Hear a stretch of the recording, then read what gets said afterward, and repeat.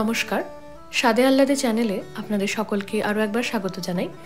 আজ আমি বানাচ্ছি আপনাদের সকলেরই খুব প্রিয় একটা মাছের রেসিপি, লোটে মাছের ঝুড়ি। এই রেসিপিটার মূল আকর্ষণই হলো একটু বেশি পেঁয়াজ রসুনের ব্যবহার আর টান ঝাল। তার জন্য উপকরণগুলো আমি সব সাজিয়ে নিয়েছি, আর ধনেপাতা কিন্তু মাস্ট। সবার আগে মাছটাকে ভালো করে ধুয়ে নুন হলুদ মাখিয়ে রাখছি।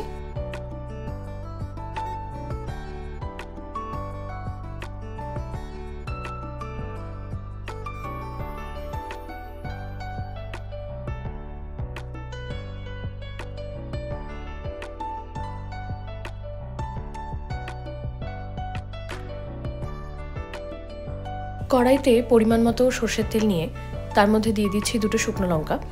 শুকনো লঙ্কাটা একটু টেম্পার করে নিয়ে তার মধ্যে ফোড়ন দেব একটু কালো জিরে।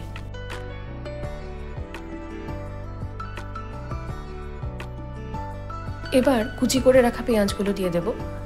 এই রান্নাটাতে পেঁয়াজগুলো একেবারে গললে চলবে না, তাই একটু ভাজা ভাজা করতে হবে।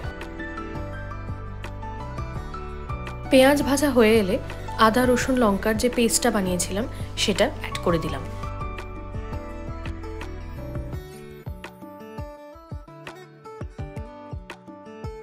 মশলাটা একটু কষা হয়ে এলে দিয়ে দিলাম একটা ছোট করে কেটে রাখা টমেটো।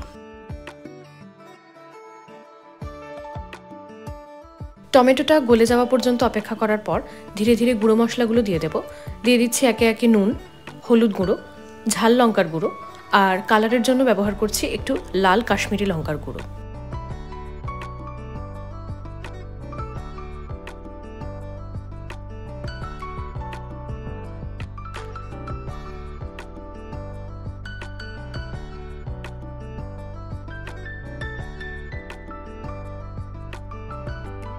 মশলা থেকে তেল ছাড়তে শুরু করলে মাছগুলোকে ঠিক এইভাবেই মশলার উপর সাজিয়ে দিতে হবে।